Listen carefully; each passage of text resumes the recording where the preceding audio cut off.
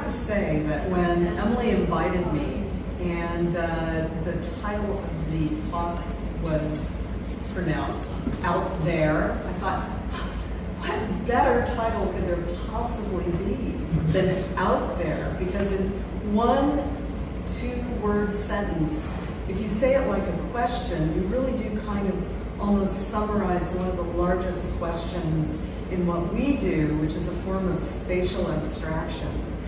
Where now is out there? Is out there a space, or is it a hypothesis? You know, where is out there with technology coming into play and the new kinds of spaces that opens up? Even behavior. Even behavior. Yeah. And your frame of mind. Yeah. Mm-hmm. Yeah, so I was wondering, how did you come up with that title, and how did you feel like it related, at least in some overarching way, to your work? You know, it just came to my mind, like a lot of images that kind of gel with me. You know, I could be surfing the internet and somebody will go bang. I'll say, okay, that's it. I have no idea. Every year that I live, I'm beginning to think that I am more of a medium than an ordinary human being. And so when actually, I think Vivian and Christy said, what's the title of your show? Or what's the title of your talk? And I was like, Out There. Because I just said it. Somebody might have said it through my mouth. I'm not sure. But yeah. And I also think because I am painting spaces that are, you know, very deep sometimes, juxtaposed with painting spaces that are really in front of you. So, so the whole thing is that when you know, I studied at the studio school and I painted in a very modernist way. I was trained as a modernist, right? And so, in modernist space, it's like flipping the table up. And if you think of Picasso's collages or, you know, his paintings, everything is kind of in a kind of pictorial space. Mm-hmm. And I don't actually work that way. So in a way, I'm breaking the rule of modernism, but I'm also very conscious that I want to engage with the, you know, the sort of push and pull of the surface in that way, so that the space can go really in and then it can come back out. Yeah. And yet what you're saying about your modernist-based training is still the fingerprints are all over your paintings, because it is a diagrammatic space, but in part. You know, it has this sort of like propositional space quality. It's proposing something, but it's embodying it too. Right. Yeah, you know, I spent 2 years in studio school painting still lifes. And, you know, I was a firm believer that, you know, when Kuni said you can do everything, you can say everything through a still life, I was like, yes, you can. You know? And yet, I don't do that at all in my, you know, I've really gone away from it, and I've gone from the depicted space of life into a mental space of, I think that I went through a period of it being a collage space, and then it went into a more unified collage space. Yeah. Well, it's been said, and I don't remember by who, that the two great 20th century innovations was psychology and collage. You know, like the collage aesthetic of being able to kind of combine and recombine things, but also the opening up of this vast interior space of the personal psyche, you know, collective psyche, by way of psychology. Yes, so true. And when I first started teaching a long time ago, I remember talking about the collage space that MTV was one of the first, I guess you would say, popular media manufacturer that took the collage space and ran with it. Yeah.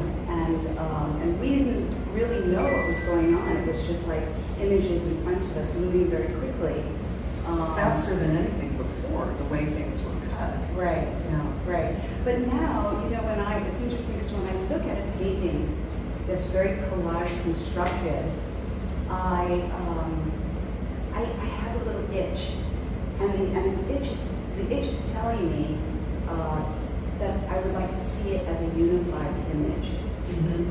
And I think that unity has become a really important element to the work, because I do use all these disparate images so that nothing, you can take from column A, column B, you can just like take 20 different images and throw them on canvas, but they're not meaningful until you synthesize it, right? So then, so what do you do with that collage feeling? You have to synthesize it and cook it in a way, right? Until it has, until it makes sense, until it has a hierarchy. Which is what your process as a person would be as you're painting it, because your own filters that you've built up over time is what you're pressing all those disparate elements through. Right. But it's the time in the studio through the painting process that's the ultimate synthesizer. Yes, that's right. Yeah, wow. Can you feel that vibration? That's amazing. Okay, so what is your process like then in the studio? How long does it take? Are there points where you have to put them away for a while? Like, how do these things actually evolve? You know, I always think it's self-evident, but it's not evident at all, because that's one of the questions that everybody asks me. Mm-hmm. And so, you know, I've become really interested in petroglyphs recently, Mm-hmm. because petroglyphs are the first drawings that people got interested in expressing.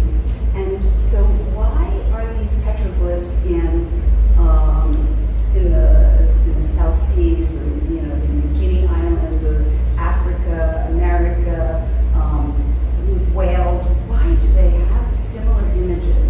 If that is, so you could say that they have a kind of a DNA that wants to express certain things, but I think it's bigger than that. And I think that there have been theories about the sky looking very different millions of years ago, well, I should say thousands of years ago, and that people were really expressing based on the sky. Right. So I was looking through these petroglyphs. Anyway, I saw something that just struck me, like I was saying before. It was an image of a person, but it had kind of a double halo over the head. And there was just something that rang extremely true about it.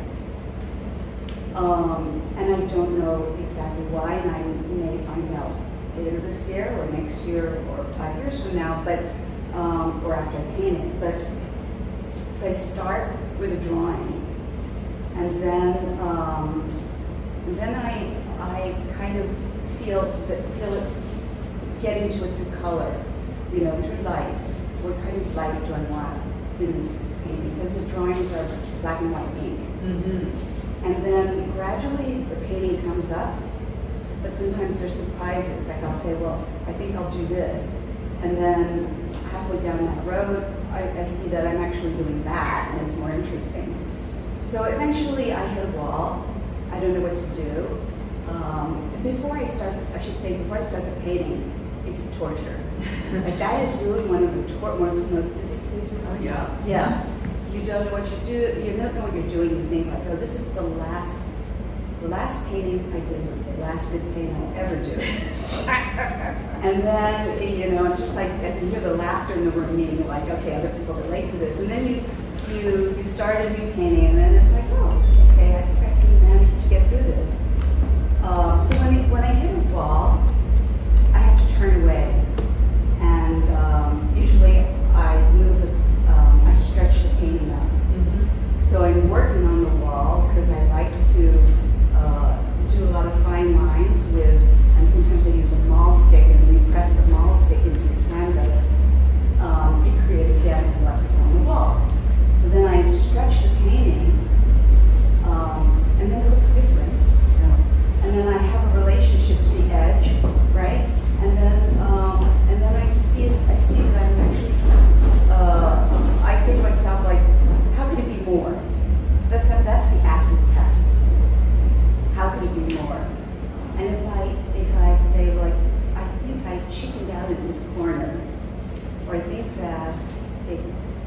something's right, but it just doesn't click, then I have to think of, well, what would make it click?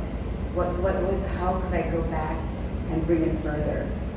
And then I start another painting, and then at some point, while I'm walking through my studio, it comes to me. I'm very grateful, and I don't doubt it. I just go bang, and then, but like those little steps behind you, they, all I knew was that I wanted to get this, I tend to put the earth below, and then the sky or the universe above.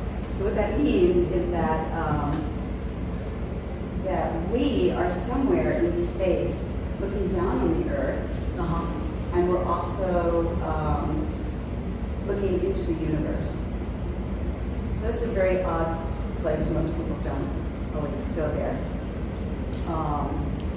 And when I did this painting, I liked that this was floating, but I also wanted a connection to the ground and to a kind of, I wanted to suggest a narrative that might say, oh, well, some people go this way and some people go that way, and maybe we all end up in the same similar place, but, these are the options that we all travel through in our life. And that's why I put stairs there. But it took me a long time to come up with the stairs. And yet these paintings aren't strictly narrative, even though it's so intriguing. You have little narrative areas. But then there's this kind of current moment timelessness that's in all of them too, where you're just in the current moment and there's no past and no future, even though it's clear there's a time-based process involved in how they're made, but it's something very stately and really serene. And I think in each and every painting, they manage to occupy that space. And I'm wondering, do you sense that? Is it endpoint, or do you nurture that, or is that simply how these paintings evolve? Yeah, time is so elusive to me. I know, I'm trying to understand the concept of parallel time, parallel worlds. It's particularly difficult, and I think it's difficult for all of us because we are so brought up to have sequential time. So that is, but I think that I'm interested in something that's kind of iconic. Yeah. Because I like the idea that something iconic can be present in your mind in a very abstract way, and but it can change over time. It can, chairness can change. When you're a baby, chairness might be the high chair, and when you're an old person, chairness might be a wheelchair. But I think that it's always nice to offer an alternative, that says, we can expand the way we see something by the icon, but it's ambiguous enough that it offers a narrative, but then it's also ambiguous. Well, I'd like to stick with that for a moment, because I think that that's such a crucial point in why your painting and what I do in painting and abstract painting can be so important right now, because we have Eastern and Western versions of icons, but they're fairly fixed. They rely on being able to be made again and again by hands over hundreds of years with very similar symbols, and with not being tagged to an individual artist necessarily, whereas we have this great benefit of being able to construct new icons. And in your case, because you're kind of building up these multivalent images, they're not just crystals and iconic shapes within spaces and the iconic placement within the picture plane that are floating. in a kind of vast hypothetical space, but there's also little architectures. It's very different in some notable respects, and maybe far more speaking to a time where, like, more of a multiverse needs. I was wondering what you thought about that. Well, there's a couple questions you just asked. Well, these are contemporary icons. Only like we can do that now. If we were painting 100 years, 300 years ago, that wouldn't have been available to us. Right. Why now? And why these? Is this, are we evolving to be able to make a kind of iconic image that's important for some reason for culture? Can we even know what that is? Just like the internet opens up information to everybody. You can, if you research deeply enough, you can go anywhere, right? But you have to know how to research, and you have to know how to not get caught in traps. Practice right? discernment. Right. So just like information is available to us, images are available to us, and I think the language of painting is about putting together the image in a way that can still speak to us, because it has, it's in a language like painting, but it also can expand. I mean, I say expand because people like to say, oh, it's just painting, or we only do installation art here. So I get very defensive about that, because I think that painting, the attributes of a painting is that it stands still. You can put it anywhere, and when you visit it over the course of 20 years, it will look different to you. Yeah, your mind moves in relation to the painting. Right. So you can see your mind moving over time. Right, and you can't do that with movies. As soon as you finish the movie, you can't even construct the plot. It's so complicated. And so you have no subtle relationship to it. That is the key, is the subtlety, right? Mm-hmm. So with the painting, you can get into the nuances of the painting. And Eric is sitting in the first row, and I'm just thinking, even a color relationship of one of Eric's paintings can kick off something, and can make you, can open up a sort of perceptive state, which opens you to many other things. But I wanted to say something about the icon, because both you and I share interest in faces, right?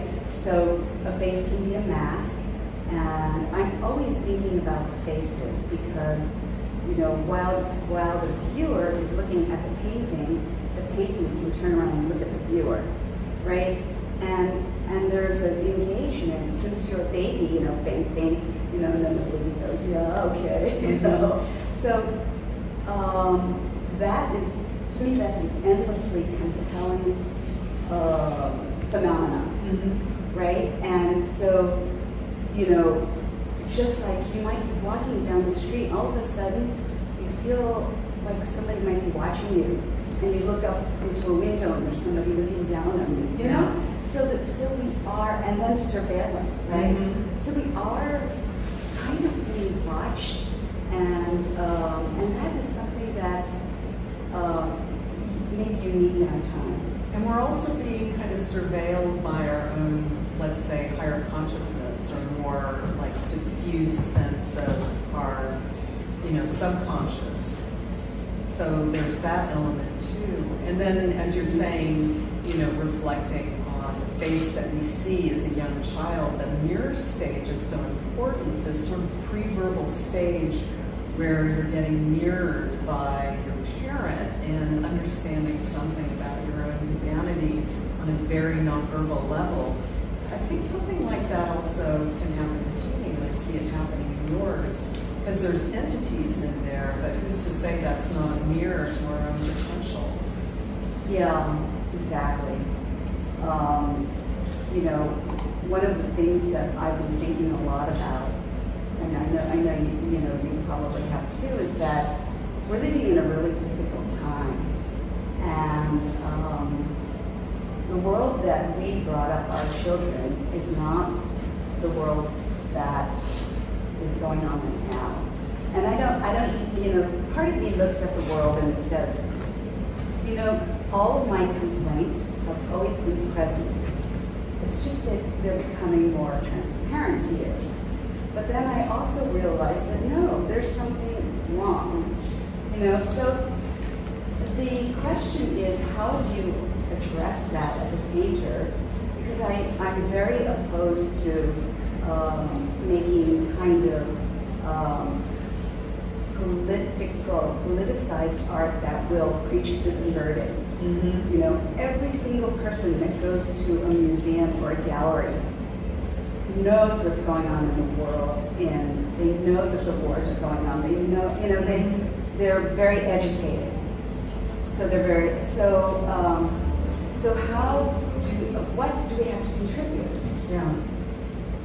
You must think about that. Oh, I totally think about that. Yeah. So especially because I think when you do abstract painting, it can seem to be very beside the point, and like it doesn't have any kind of purpose whatsoever these days. Abstraction itself is seen as perhaps something with such fuzzy edges that really, what is it anymore? Yeah, and I think that I'm sure that you're an artist that after 9/11, I know that every artist I talked to after 9/11, it was like, okay, so what do we do now? And everybody was in their studio scratching their heads, and everybody came up with different responses. And my response was, because I was painting flowers, my response was to make a painting that had black flowers in a yellow ground, and then there were tiny little colored flowers that were kind of peeping out behind the black flowers, and the black flowers were, from different sort of needlepoint tapestries, but different cultures that had evolved the flower out of a naturalistic flower. But then I think COVID was, and the pandemic kind of brought us to this place where our world got shifted around, and then we had to start sort of kind of mitigate that with how we are looking at our world and our paintings. And not to say that my paintings really changed. I don't think anybody could tell which paintings were before COVID and which paintings were after. But I sort of felt like whatever reason I'm an artist, whatever reason there is that I make art became stronger because I realized that the impetus to make it was that much more important. Yeah. Well, something about these works that I wanted to bring up kind of hinges on that, is that they seem like machines for perception. And I love that. That's great. How do you steal it? What I mean by that, and then I want you to tell me what you think, is that maybe that's one role that abstraction really nails on the head, is that we can construct not just hypotheses, but actual perceptual machines that can fine-tune and offer new possibilities for how people can perceive their world. Like right now, unless folks can metabolize all these different discourses and levels of information in realms of space and find kind of like with your paintings a synthesized living composite of it with some discernment, unless they can do that, it's people get really lost in the infoscape. Well, I think that looking at painting, infoscape is the other side of that coin, right? Yeah. So we live in a world of perpetual 24, I don't know what your dreams are like, but at least the waking hours of infoscape, right? And what does that consist of? That consists of kind of nonstop processing of something that you're being fed, right? You're constantly being fed. You're having to digest things that that maybe you didn't want to digest. It's really, there's a lot of complexity there that Right. people are confronted with. But they can't approach the individual subject or the individual person or even the individual food with a lot of texture or attention because they are multitasking on many levels. And people don't see, like you can send an email, nobody sees it. So that means that the email has to go out 100 times, And then you see that these companies that are sending me emails like 2 times a day. I'm thinking, why? And but I have to delete it, I have to process it. So painting is so great because I think it's great for the viewer, and I think it's great for me as an activity of just like saying, okay, well, I'm just going to get this really simple. And I'm going to mix some dirt and paint and color, and then I'm going to make it have a white to it, and then you have to feel your way through it. I mean, when was the last time you had a delicious food that you masticated? And you just said like, I'm just going to sit and just taste it and think about it. None of us ever do that, and yet, so our life is going by really quickly, faster and faster, and we're just kind of skimming the surface of everything.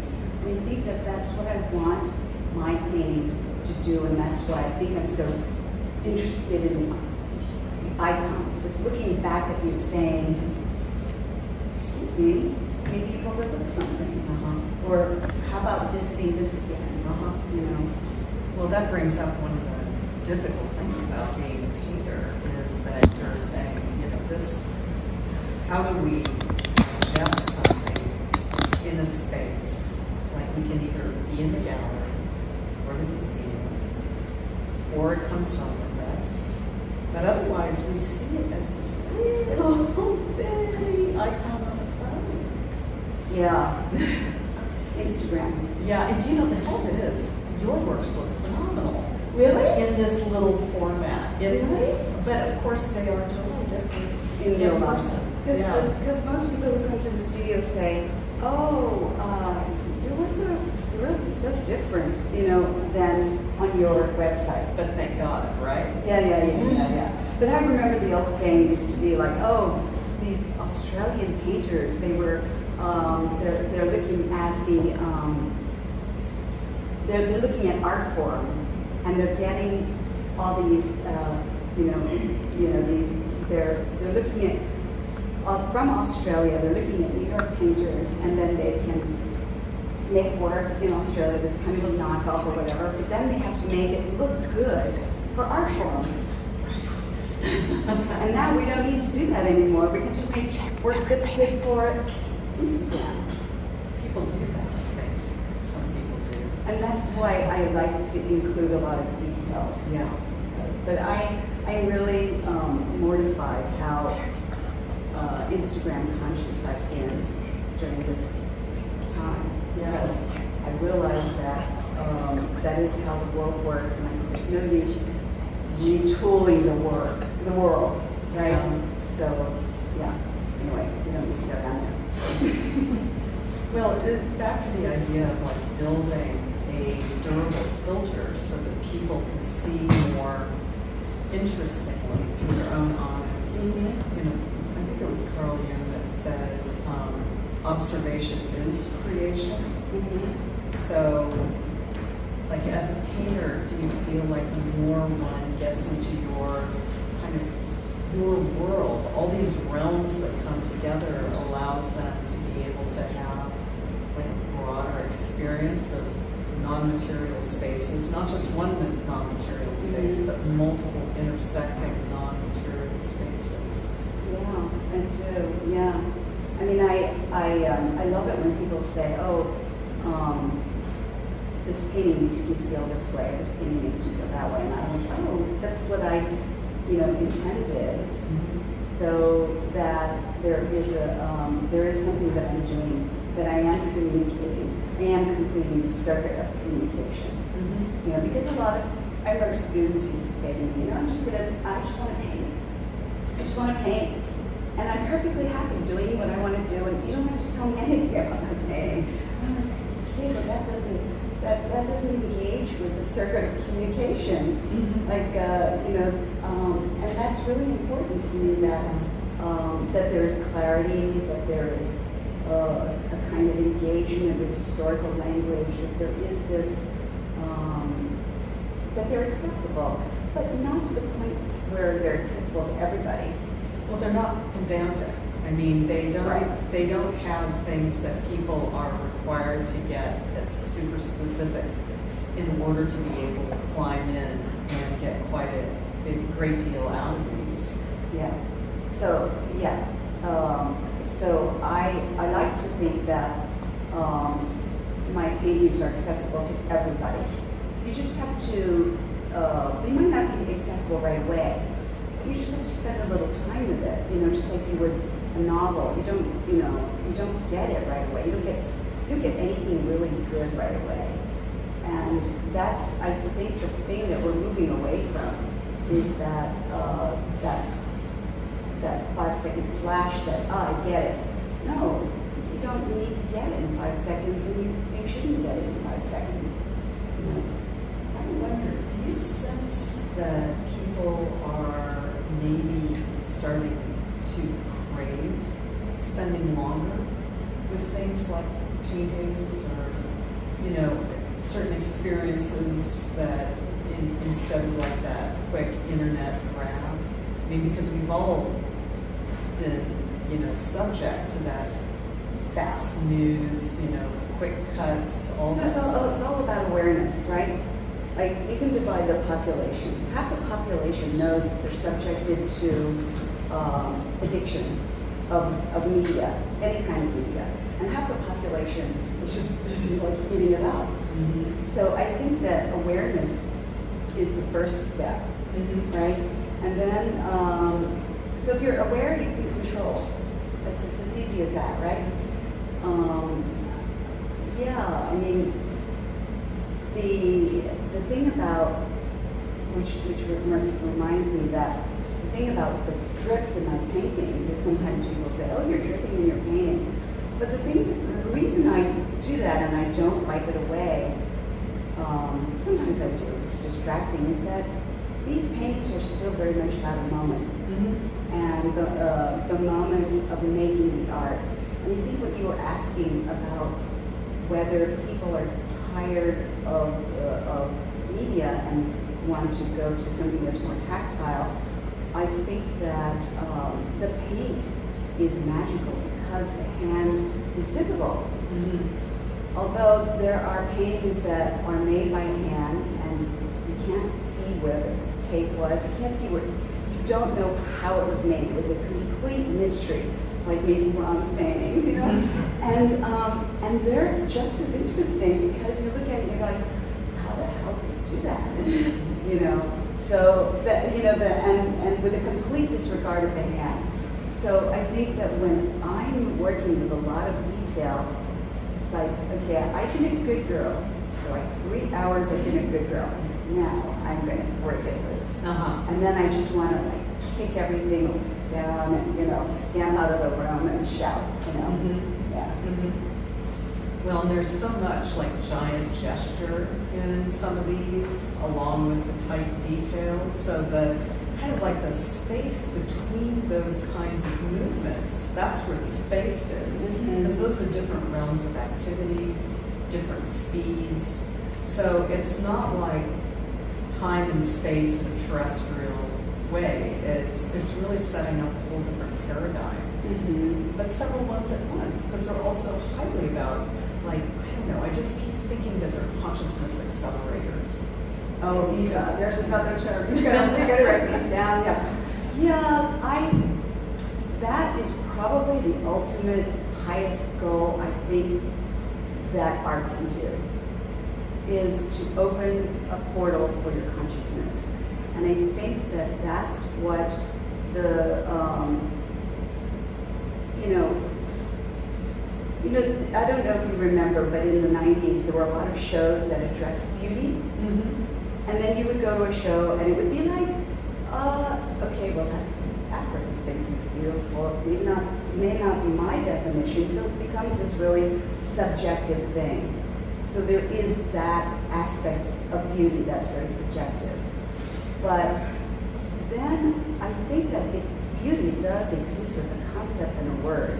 And it doesn't mean garbage, and it doesn't mean cloud, it doesn't mean all these other things. So the thing about beauty that's so interesting is that it pulls you out of your own reality, and it allows your consciousness to shift a little bit. Mm-hmm. And I think in that, I like to see it as a practice, right? So you might think like, okay, you shift your consciousness for a millisecond. What good does that do? And that's a very valid question. But if you're shifting your consciousness over and over again, it sort of like opens the door, right? And it opens the door so that we can evolve as people. Because let's face it, we are in the forefront of culture. And if we can't evolve the culture, if we can't evolve the conversation, then we're just holding up mirrors to the society. Mm-hmm. And I have stopped being tolerant about art that's just holding up a mirror to society.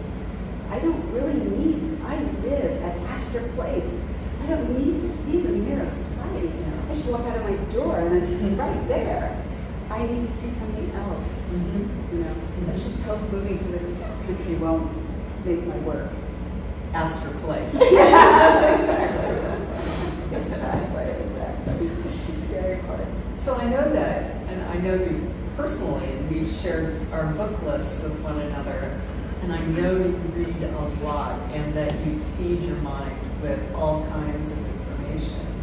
And reflect on that a bit in terms of how that threads through your creative process. I will say that the two most inspiring books that I've ever read, and it made the penny drop of sort of my raison d'etre, were not books about art. And that is a really astounding thing to say.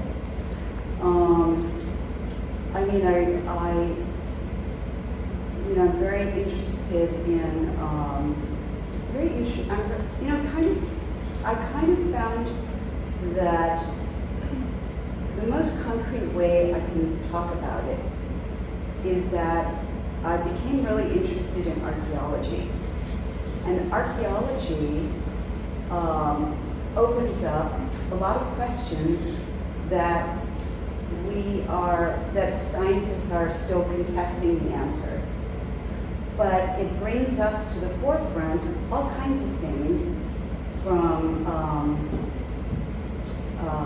other civilizations, other times.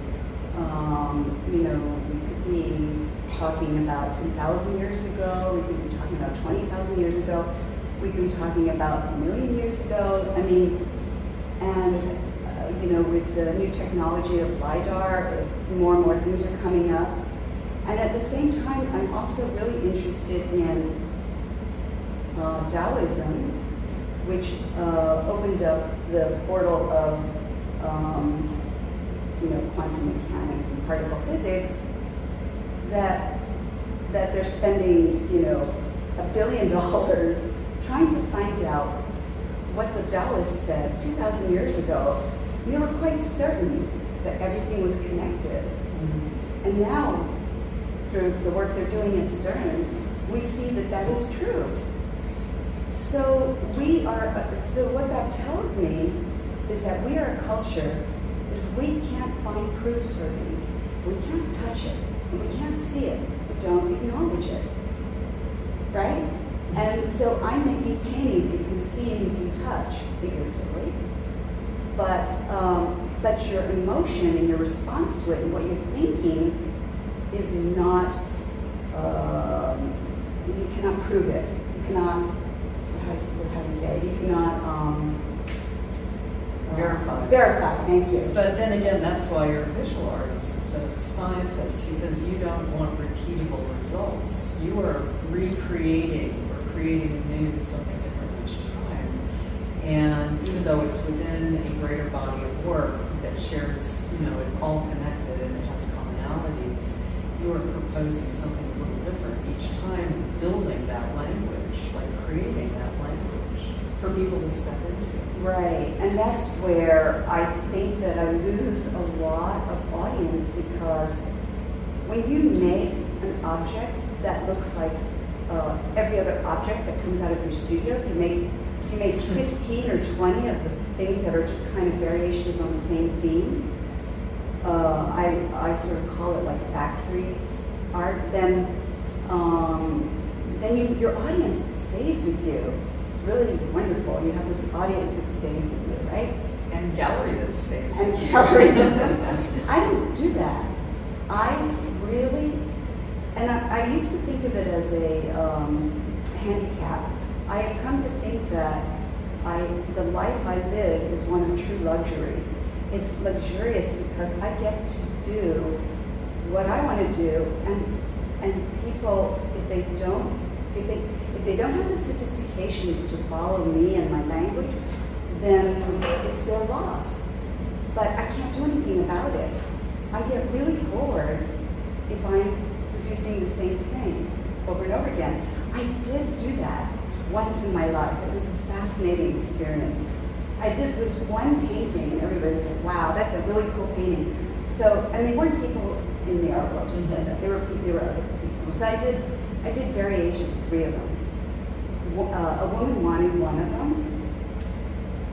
She said, I'll write you a check next week. And then next week came, gone, no check. Anyway, she ended up stealing the painting from me.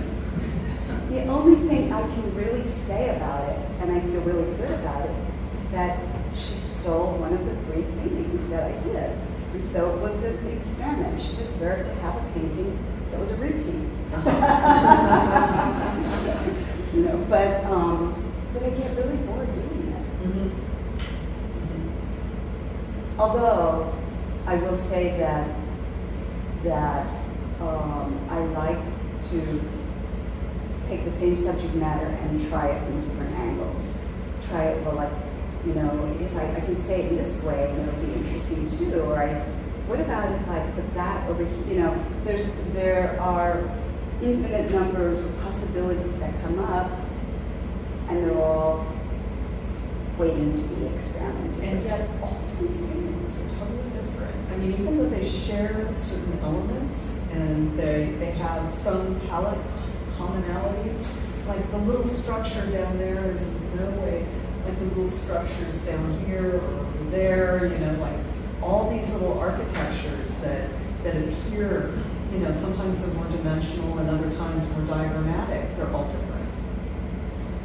Yeah, and some paintings don't have them at all. Yeah.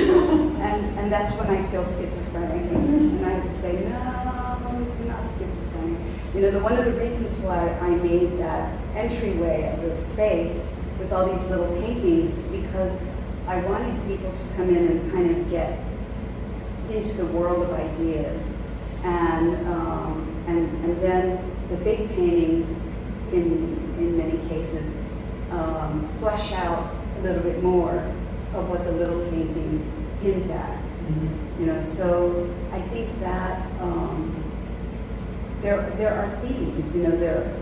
For 20 years, or almost 20 years, I painted drapery, and then the circle, and then it was the vertical column of the chakras, and now I feel like I'm exploring worlds. Mm-hmm. Yeah. Mm-hmm. In fact, that was going to be something I wanted to bring up next, is because this body of work, and actually your last 2 bodies of work, but increasing with each one until the present moment, seem to be about freedom. It's sort of the freedom to explore or to not think certain ways, because we're part of an art world, and often art is about other art, But that's not necessarily true here. You touch upon, certain like tantrum paintings and models and icons from other cultures, but really these are, your own explorations. Yeah, and I don't even know how to answer that because I think that it's sort of like the guttural expression is always the same. And then I can slide different subjects in to express the guttural expression. And as I evolve and I get older, I feel that I can be more direct, and I also don't care so much anymore. I don't really care, And I think that's the freedom, is not caring. If you care, And you're looking over your shoulder. yes. And Guston said something wonderful. He said, when you go into your studio and then you watch one by one all the people in your, working, all the other painters from history, leave the room one by one until you're left with yourself. And I always thought that was a really beautiful concept of how we synthesize or boil it down so that we're left with just a kind of a core. Yeah. Oh, for sure. Yeah. Given that you're such an intuitive painter, I'm wondering, do your paintings, do you think, allow you to experience more synchronicities in your life? Like, are they working through you to draw to them, through you, the information they need to be who they are? Yeah, I'm sure. When I look at this painting, I'm just going to move this table because this painting has, various stupas at the bottom, and that was. When I look at that painting, I always remember a trip that I took to Bagan with my daughter, and Bagan is an archaeological park in Myanmar. And and we saw so many amazing temples that, like when you're there, it's like so overwhelming. What are you going to do with this stuff? I find that's true with a lot of travel or art. It's like, oh my God, what are you going to do with this? It's so amazing.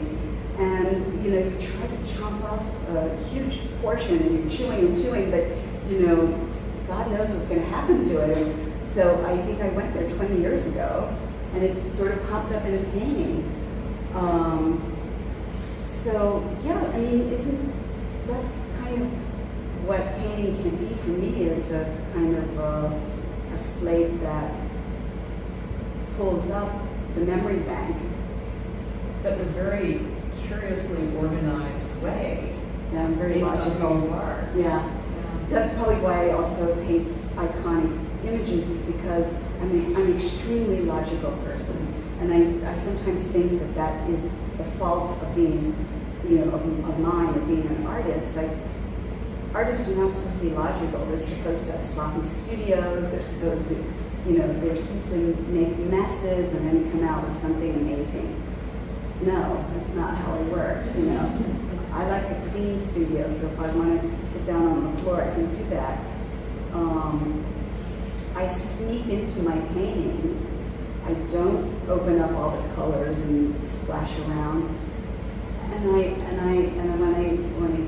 I do, a lot of when I went to the studio school, it's like you put something down on the charcoal, and then the other hand you erase it, and it's this constant put on, take off. I don't work like that. I add something a little bit at a time, because I have to feel it out. And if it's right, then I can do it. If I'm like putting on and taking off, then I'm just aiming to make a good painting. Mm-hmm. And that is what that is my biggest fear, is just making a good painting. Right. Because I don't really see the point of it. You know, I taught at CalArts, you know, and you know, it's a very common Marxist idea that we don't need more objects that are just sold to the rich, right? I was indoctrinated as a teacher. We probably just don't need more objects, period. So objects have to hold up their end of the bargain in a big way. Right. Yeah. Right. Yeah. Maybe we can open it up to. I was curious about what I see in your work is the diagrammatic structure that's in tension with beautiful colors, beautiful compositions, and it made me think about early days of science where there was a crossover between alchemy and science, and it was very porous, and early scientists were kind of alchemists at the same time, and then alchemy kind of got pushed to the side, and some of the context, let's say, of those early alchemical drawings and diagrams were lost. And to me, that creates a kind of mystery. And I see that mystery in your work. And I'm wondering if you're bringing back science and alchemy in your own way. Yeah, I mean, I'm very interested in it as a subject. And it's funny that you should mention that because we are working on a book of my work in alchemy. Eric gets the prize tonight. So, there's the alchemy that's the physical aspect, and then there's the alchemy that's the spiritual aspect. So I'm very interested in both, and how they relate to each other, because there is the successful alchemists were ones that were both working physically and spiritually. So the marriage of the physical and the spiritual, which is something that I think that a lot of us attempt to do, but it's very difficult, right, to marry the physical and the spiritual. But the physical is a key to the spiritual. And the spiritual is a key to the physical, right? Well, and your paintings can be the alchemical vessel because you're potentially transporting consciousness from one state to another. Right. Well, I need to ask you to write something on my work. Yeah, that's exactly right. Yeah, vessel. I love that. I love that a painting can be a vessel. And I started out my career as a 20-year-old really thinking a lot about vessels, right? Mm-hmm. So containers, and yeah, I love that. Yeah. Yes. So when I think about your work, Emily, a lot of the themes that come up tonight are things that occur to me as well, things like perception and consciousness and time. But the word that I haven't heard yet that I always really think about is playfulness. How much play there is going on in your work. And so I wonder, how you feel about that as a concept from the perspective of the viewer, but more importantly, what role does play, work into your process? Are these excruciating to make, or do you feel very playful and childlike, in the process of discovering?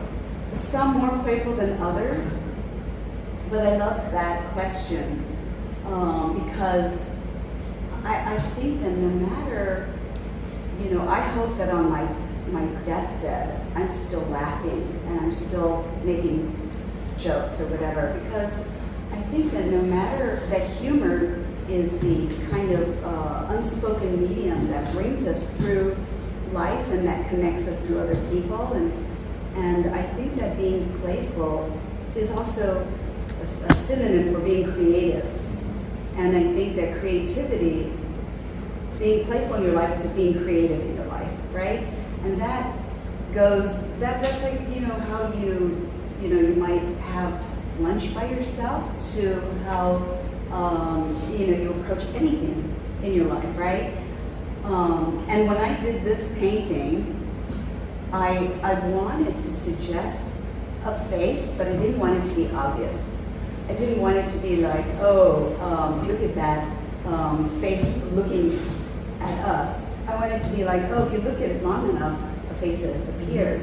So, there is a moment where you're kind of like squeamish, and there's another moment where you might like laugh to yourself.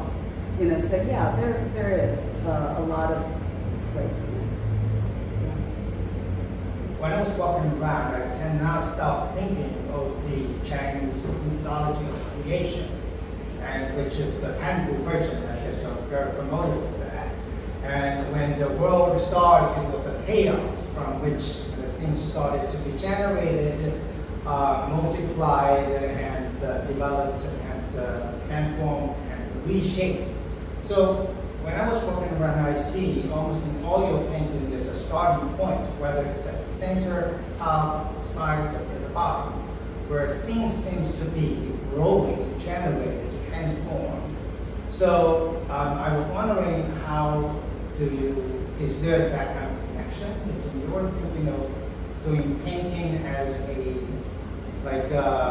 vision of as Sara just said, multi-dimensionality, right? I noticed that you were talking about space, universe, connection, especially from Taoist perspective. So, like this painting behind me, the blue lines that create a structure, it's a structure of the torus, right? So that is already a structure. But when I added the colored dots, that's also a structure, but it felt very, it felt like color can be very chaotic, especially when you put a lot of colors in. It can start to buzz in a funny way. So I think there is a split second where things become a little bit unknown, and that's the chaos, right? And then I pull it together. But probably there are other artists that delve right more into the chaos and use that chaos more than I do. There's a thing that goes from the center, right? And that center was unknown. That center was, that shape that's kind of like a figure was the last thing that I did in that painting. So, but it's in a way it's like I had to deal with the heart of the painting, right? And so it's amorphous, right? So yeah, it ends up being a moment, right? That painting is really more about a moment. It's when everything just kind of goes, and then it stops, right? But before that, and I think some people are a little uncomfortable with that shape because they feel that it's a little bit embryonic or it's a little ghost-like. But it's it's really, it's meant to be amorphous, but it's like what is the shape of your soul? What is the shape of your memory? These kinds of things are amorphous.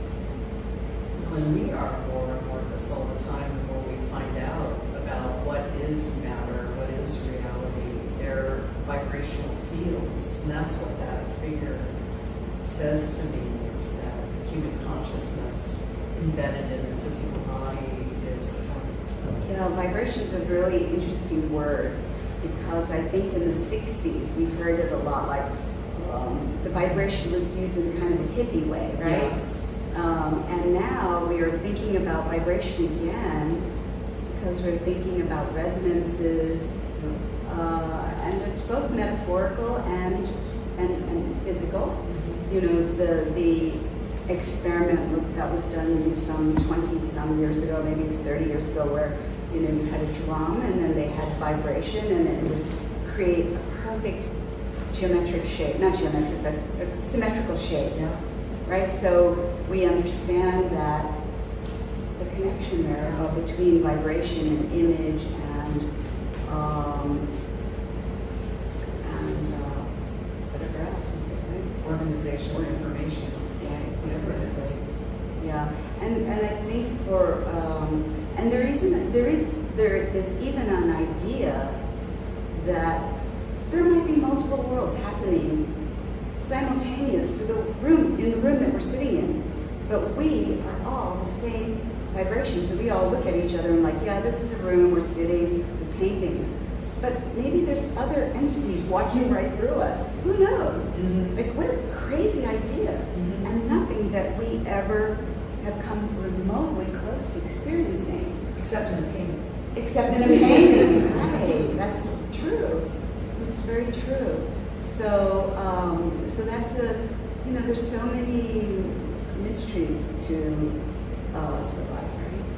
Yeah, and that's where I feel like I'm incredibly lucky in that I get to explore some of these mysteries, even if they're flat-footed and primitive and kind of schematic, or you know, they take like I found an image of a machine that is works in a magnetic field, and it was designed in the 60s or 50s even, and it's a very strange looking object, but I used it in one of my paintings because it was it needed to be remembered, and you know, it needed to kind of, we need to rethink that, like why is that still important? You know, does it make sense as a shape? So a lot of the things that I find in science that's so interesting is that because I'm still working so intuitively that you know, these shapes that I find in science are they're also expressions, and they're expressions of nature, and they resonate with something in me, so some kind of something that I might want to express myself, but I don't really know what the connection is, because it's so fleeting, right? But then I see that image and I say like, oh, bingo. Why did I say bingo? You know, what is that relationship to me? And it's from a science manual. Why should something so cold and impersonal ring such a bell? And I think it's because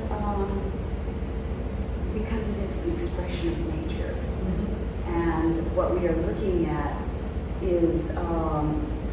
has been invisible for a long time, and now we see it through the microscope or through other means that we can construct a schematic drawing of it, and so it can relate to us.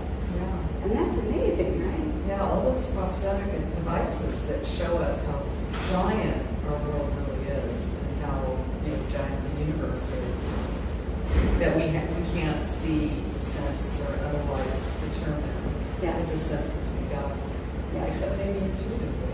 Right, and there's times when I want to say, okay, just stop. Stop with all the information. Don't tell me, don't talk to me, don't, I don't want to see anything else because I have enough. Let me just chew on what I know. That doesn't happen, Just like that saying, like, one thing you can depend on is change, right? And I'm so aware of everything changing all the time. It's crazy. It's like, oh, where was that bagel store? It's gone. And that's just the slightest, it's like, oh, the seasons, right? Yeah. So maybe living, even in the tropics, when when you visit a tropical country, you're in rainy season, you're in the dry season. It's like, Yeah, it's great. I mean, it's amazing. At least I'm amazed by it.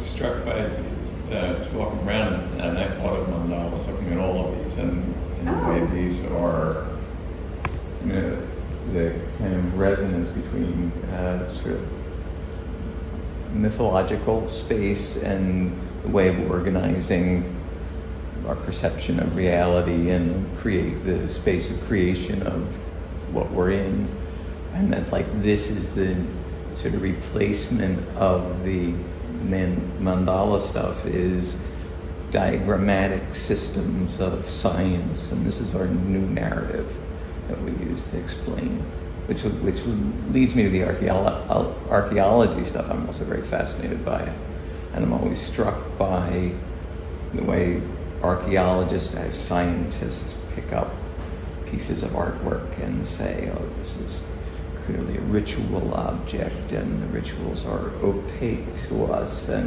but my impulse is always to be like, what is the story they're telling, and what is the world view, and what are the value systems that are embedded in that? And that's something I feel like artists should be more involved in, archaeology at least. Or even something like Greek mythology, right?